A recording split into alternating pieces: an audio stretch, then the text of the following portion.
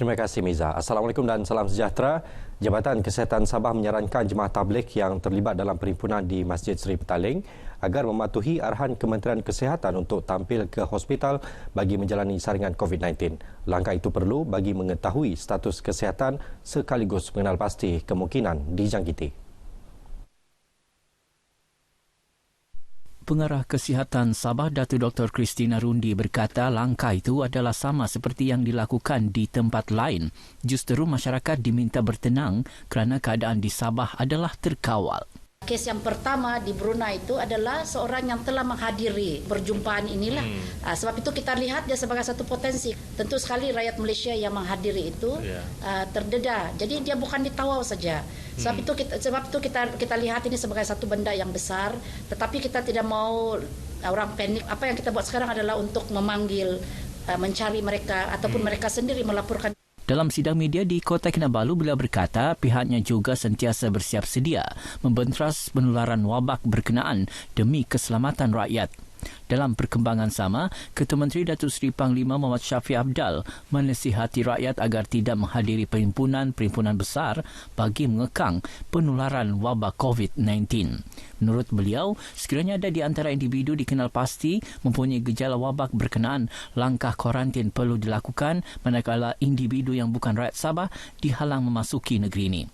Dalam pada itu, beliau memberitahu Sabah akan mengumumkan pakej ransangan ekonomi awal bulan depan yang bertujuan mengukuhkan semula ekonomi negeri yang terjejas akibat COVID-19.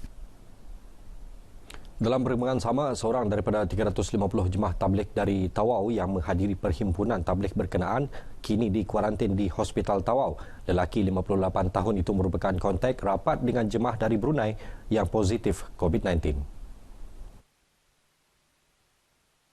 Pegawai Pejabat Kesihatan Kawasan Tawau Dr. G. Navindran berkata jemaah lain yang mengalami gejala diminta segera membuat saringan kesihatan. Manakala bagi jemaah yang tidak mempunyai sebarang simptom pula diminta menghubungi pihak klinik kesihatan agar pegawai perubatan boleh melawat ke rumah dan melakukan saringan.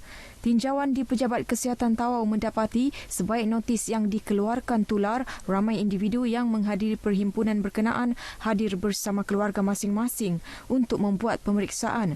Begitu juga di Hospital Semporna, menurut pengarah hospitalnya Dr. Muhammad Shafazrin Yunus, 20 individu yang juga merupakan peserta perhimpunan berkenaan hadir menjalani saringan COVID-19. Sabah memacu pembangunan negeri dengan mengambil kira manfaat kemampanan, pemuliharaan serta pengurusan sumber semula jadi untuk jangka panjang. Tindakan pantas dan proaktif Sabah dalam pelbagai aspek membawa hasil positif termasuk kemakmuran hidup rakyat. Pengerusi Yayasan Forum Ekonomi Islam Sedunia WIEF Tun Musa Hitam berkata kini Sabah mengalami kadar pertumbuhan ekonomi yang pesat selain memiliki hutan hujan dan hidupan liar yang dilindungi. Demikian ucapan yang disampaikan Setiausaha Agung WIEF Tan Sri Ahmad Fuzi Abdul Razak dalam jamuan malam meraihkan Wakil Meja Bulat WIEF di Kota Kinabalu. Bertemakan meremajakan ekonomi, sidang Meja Bulat WIEF yang bermula hari ini membincangkan beberapa isu melibatkan pembangunan mampan, promosi pelaburan ketika keadaan mencabar serta peluang pelaburan di Sabah dan Kepulauan Borneo.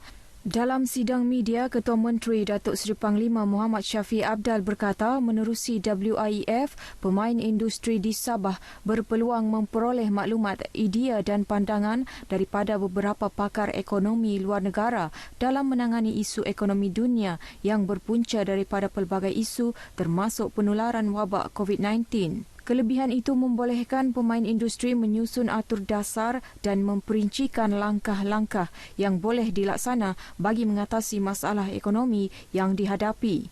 Lebih 500 usahawan dan bakal usahawan, pelabur serta wakil pentadbiran kerajaan dari 16 negara menyertainya. Sebelum ini, WIEF pernah diadakan di beberapa negara antaranya Bahrain, Turki, Rusia, Bangladesh, Arab Saudi dan Jepun. Keselamatan penduduk negeri ini khususnya di kawasan Pantai Timur sentiasa menjadi keutamaan Angkatan Tentera Malaysia ATM. Panglima ATM Jeneral Tan Sri Effendi Buang berkata kawalan di kawasan tersebut kini berada pada tahap pengawasan tinggi. Jeneral Tan Sri Afendi berkata ATM sentiasa memperkasa tahap kesiapsiagaan di kawasan perairan pantai timur negeri ini dengan kerjasama bersama pasukan Polis Diraja Malaysia, Agensi Penguatkuasaan Maritim Malaysia, Jabatan Imigresen, Jabatan Kastam dan pasukan Polis Marin. Saya sebagai Panglima Angkatan Tentera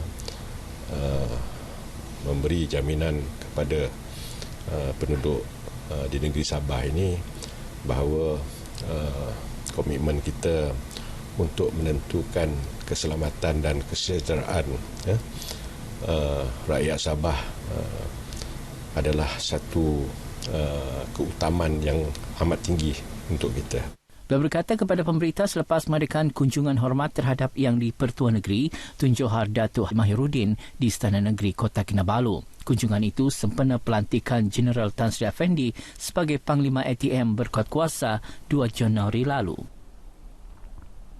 Polis Bahagian Narkotik Daerah Tuaran dan Narkotik Ibu Pejabat Kontingen IPK Sabah berjaya menupaskan 2 suspek dipercayai pengedar syabu dalam 2 serbuan berasingan pada 9 dan 10 Mac lepas di Perumahan Telipok Ria dan Kampung Baru-Baru, Tuaran. Menurut Ketua Polis Daerah Tuaran DSP Muhammad Hamizi Halim, serbuan pertama yang dilakukan di Telipok Ria berjaya menahan seorang lelaki warga negara asing berumur 19 tahun dan merampas dadah jenis syabu seberat 50.10 gram. Manakala serbuan kedua di Kampung Baru-Baru Tuaran pula berjaya menangkap seorang lelaki tempatan berumur 22 tahun dan menemui syabu seberat 177 gram. Turut dirampas sebuah kenderaan yang digunakan suspek ketika sedang menunggu pelanggan di kampung berkenaan. Mereka akan bergerak secara persendirian, sama ada menggunakan kereta ataupun menggunakan motosikal. Jadi kawasan-kawasan yang menjadi tumpuan kepada pengedar-pengedar dadah ini di kawasan Tuaran dan juga di kawasan Kota Belud. Di mana di kawasan Tuaran ini tumpuan utama dia yang sampai sekarang kita tak dapat nak ni adalah di Telipok Ria. Manakala bagi daerah Kota Belud di persepadanan, iaitu kampung baru-baru ini sempadan dengan Kota Belud. Maknanya dia akan agihkan bekalan ini untuk Tuaran dan juga untuk Kota Belud. Hasil pemeriksaan ujian air kencing mendapati kedua-dua suspek positif dadah jenis syabu.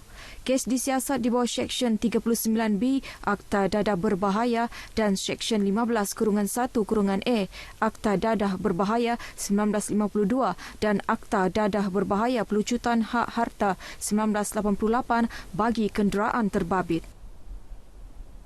Sekian berita dari Sabah petang ini. Kembali bersama Miza Yusni di Angkasa Putih. Silakan Miza.